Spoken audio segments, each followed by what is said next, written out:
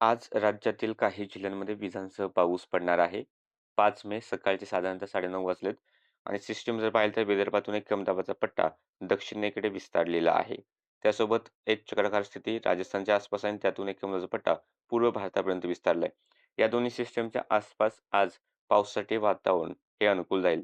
त्यासोबत उत्तर महाराष्ट्राच्या आसपासही हलकेसे जोरशीर स्थिती पाहायला मिळते. त्यामुळे तिकडेही थोडीफार पावसाची शक्यता आज आपल्याला पाहायला मिळेल. सध्या सॅटेलाइट इमेजमध्ये पाहिलं तर कोकणात आणि त्याला लागून असलेल्या घाटाच्या भागामध्ये काही अंशी ढगाळ वातावरण आहे. मात्र हे पावसाचे ढग नाहीत. पूर्व विदर्भात भंडारा आणि गडचिरोलीला सुद्धा काही अंशी ढगाळ वातावरण आहे.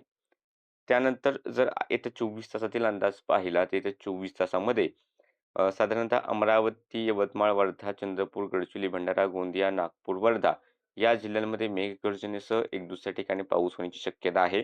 त्यासोबतच नंदुरबार, धुळे, जळगावचे अतिउत्तरेकडील भाग असतील, या अतिउत्तरेकडील भागाकडे सुद्धा काही प्रमाणात गडगडाट आणि पाऊस होण्याची शक्यता आहे. त्यानंतर नाशिक, धुळेचा राहिलेला भाग, अहिल्यानगर, बीड, छत्रपती संभाजीनगर, परभणी, हिंगोली, नांदेड, बुलढाणा, अकोला, वाशिम, जालना, हिंगोली हा जो काही भाग आहे, या ठिकाणी स्थानिक ढगमिती होऊन सगळीकडे नाही मात्र एखाद्या ठिकाणी थोडाफार प्रमाणात पाऊस होण्याची शक्यता ही राहील. तर पुणे, सातारा, सांगली, सोलापूर, धाराशिव, लातूर स्थानिक ढगनिमीतीवरती लक्ष ठेवा. जास्त शक्यता सध्या ते दिसत नाही. ते सुद्धा लक्ष राहू द्या. कोकणात वातावरण कोरडे राहील. या ठिकाणी काही पाऊस नाही. सध्याच्या अपडेटमध्ये इतकंच. चॅनलला सबस्क्राईब करा, पेजला फॉलो करा.